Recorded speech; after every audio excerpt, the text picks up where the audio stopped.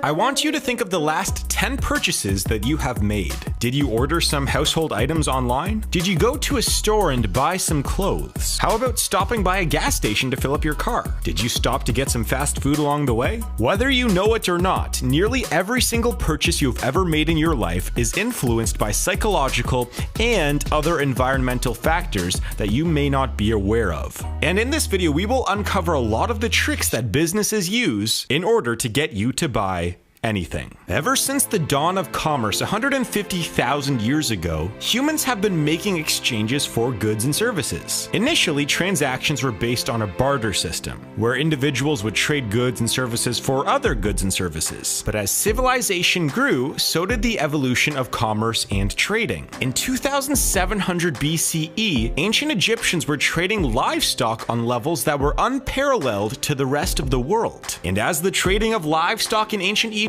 grew, so did the frequency of stolen livestock. That's when the Egyptians came up with a way to differentiate one person's livestock from another, and therefore identify if someone stole their goods. The Egyptians began branding their livestock with unique symbols in order for their goods to stand out amongst all other similar goods. And this was the birth of branding, the first psychological trick that businesses still use today in order to get you to buy their product. I have a question for you. Why is Nike worth $124 billion today? Is it because they make the highest quality shoes in the world? Probably not. I mean, Zion Williamson might agree with that. Is it because they are cheaper or more comfortable than all other shoes on the market? That's probably not the case either. What makes Nike worth $124 billion is its branding. And this could be applied to most other clothing and shoe brands in the world too. See, when you buy a pair of Nikes, you're actually mainly buying it for the design of the shoe, the swoosh on the side, and the meaning behind the swoosh. These are truly the only unique identifiers of the shoe, and these are also known as the Nike brand. You see, when people think of Nike, they think of Michael Jordan in basketball, Tiger Woods in golf, Roger Federer in tennis, Ronaldo in soccer, or pretty much any NFL athlete. That's because ever since their customers were kids, the customers have seen tons of Nike advertisements with these athletes on them, and seen those athletes on TV wearing the Nike brand.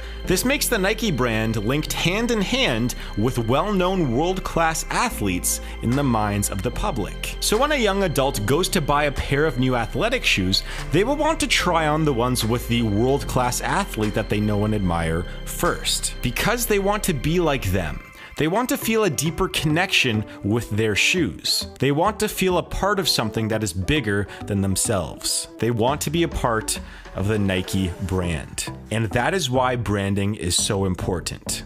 Branding is a unique psychological trick that creates a long-lasting impression in the minds of all of its customers, but not all purchases rely solely on branding. And there is actually a larger psychological factor in determining whether a person will be a lifelong customer from a business or not. I mean, think about this. When you go to buy some groceries, do you really care about the branding of 90% of what you buy? Yet you probably buy the same brands over and over again. So why do customers stick to some brands forever, even if they don't know any message behind the brand? Let's take an example of 3 different unknown chocolate brands. You decide to purchase one box of chocolates from one of these brands at random for $20. You go home and you decide to share some of these chocolates with your new girlfriend or boyfriend. Then you both enjoy the chocolates and have a great night together. This simple act will likely make you a customer for life with this one chocolate brand. That is because your brain will now associate these chocolates with a positive experience you had with your partner. So your brain kind of says to itself, why mess around with the successful experience you had with this product? So now when you go and have to make a choice between these same 3 brands of chocolate, you are significantly more likely to buy the one that you have already had a good associative experience with. And the reverse is true too. If you were to have shared your chocolates with your partner and they were to break up with you that night, night, your brain will make a negative association with that brand of chocolate bar.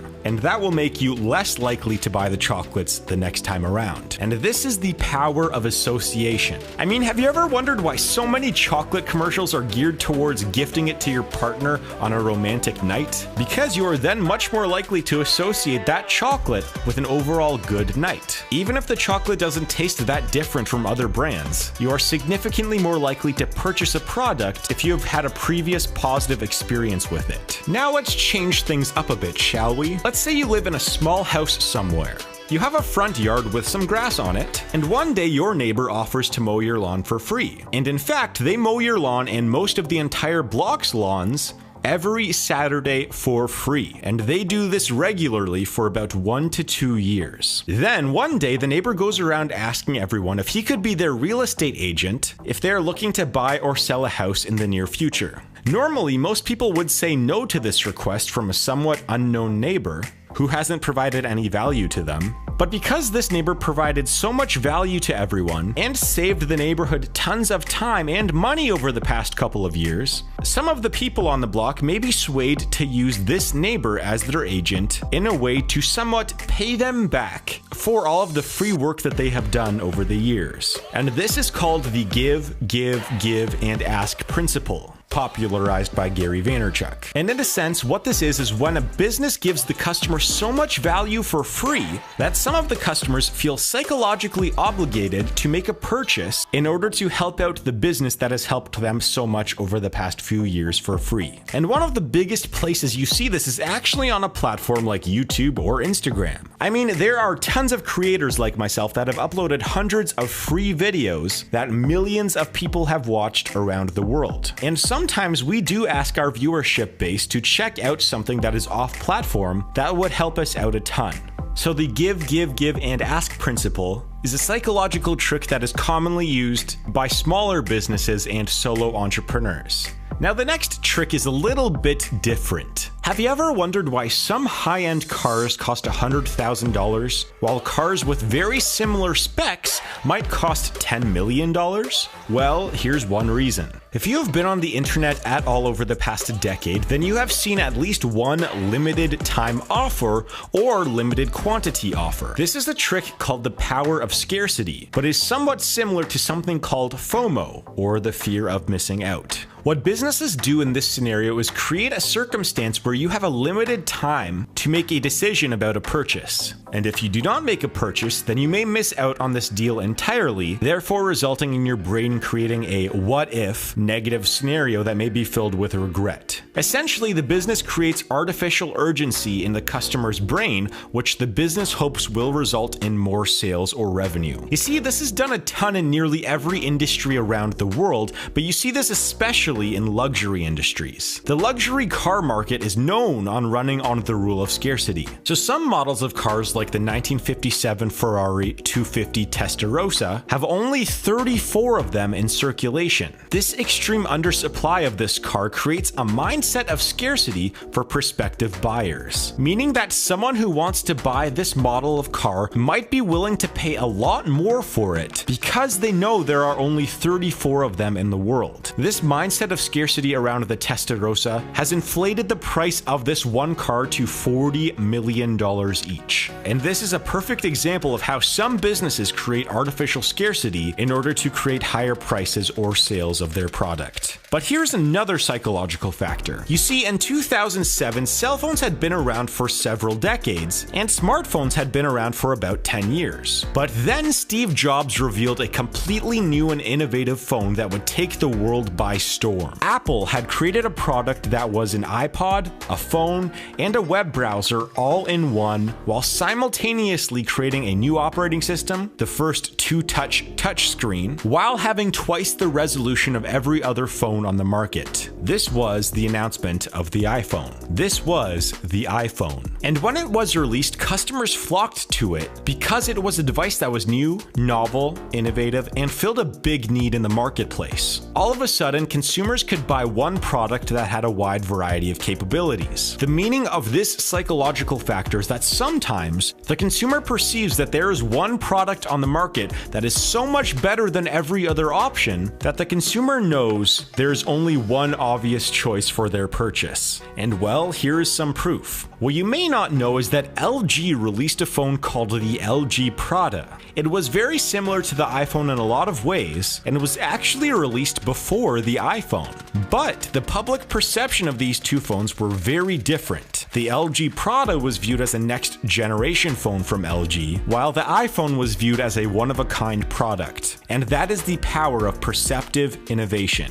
But innovation is left in the dust by the next psychological trick: perceived value and pricing. Let's say you are a lifelong iPhone user. You love your iPhone 6 and the brand, but decide it is time to shop for a newer phone. You look at the price and see the iPhone 11 will run you about $1,100. But right next to the iPhone, you see a similar phone, a Google Pixel 4, and you see that it costs $200. Now, all of a sudden, you have to weigh your options. These two phones are very similar. On one side, you have the iPhone, which you have been a loyal customer for, which you have been a loyal customer to for a few years. And on the other side, you have a Google Pixel 4, which is a similar phone, but with a much lower price point. Now, the average person out there would likely go with the Google Pixel in this case, because the perceived value they are getting with the extremely lower price point gives the customer much more value than if they were to purchase the iPhone, despite them having an attachment to the iPhone for the last few years. So, if two products are somewhat equal, but one costs much less, then the customer is more likely to choose the cheaper product because they think they are getting more bang for their buck. Now, a lot of you watching this might be solo entrepreneurs or people starting side businesses or freelancers that are trying to figure out ways to get more sales or clients. And if you've Googled this topic, what most likely would have come up is something called the power of persuasion. You see, this is one of the oldest sales tricks in the book. It's a way for trying to convince someone that they want or need your product. So let's say a salesperson comes to your house and wants to sell you a vacuum cleaner. Now, you already have a vacuum cleaner, and it works fine, so you're not looking to buy a new one. Now, what the salesperson might try to do is convince you that their vacuum cleaner is more suitable for you because it will save you time, it's easier to clean, a lot of your neighbors bought the same vacuum, they might show you how it works. Then after all of that, they might say something like, "How would you like to pay?" which limits your response choice. That's a whole psychological trick in itself. And this is the power of persuasion.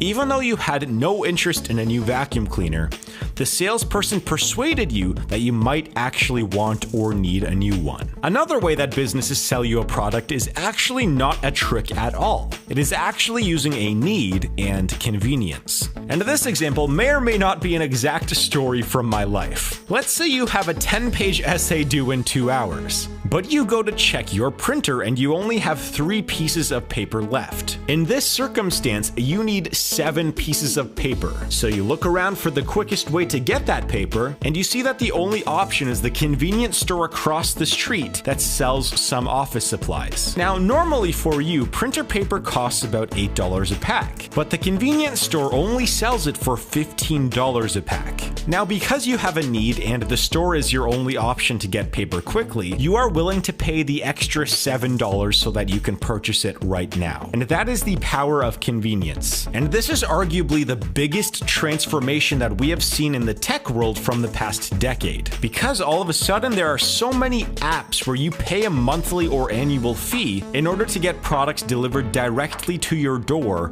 in a reasonable amount of time. Another trick that businesses use to make people purchase their product is one regarding morality. You see, when we do something that is good and helps other people, it makes us feel kind of good about ourselves. So some businesses decide to tie into their business model something that makes the consumer feel like if they buy their product, then they are doing something good for the world. This is done in the modern world in 2 ways. One of which is businesses telling their customers that they will make a donation to a charity or something along those lines if they buy their product. The second is telling the consumer that their product is better for the world than other alternatives. These are products like more efficient light bulbs or biodegradable plastic. However, some companies take advantage of this by providing the customer with a false sense of morality or proper information. For example, do you know what the difference is between organic food and non-organic food? It's actually nothing. The only difference between organic and non-organic food is a slight change in the fertilizer that is used to grow that food. Yet organic food is marketed as a healthier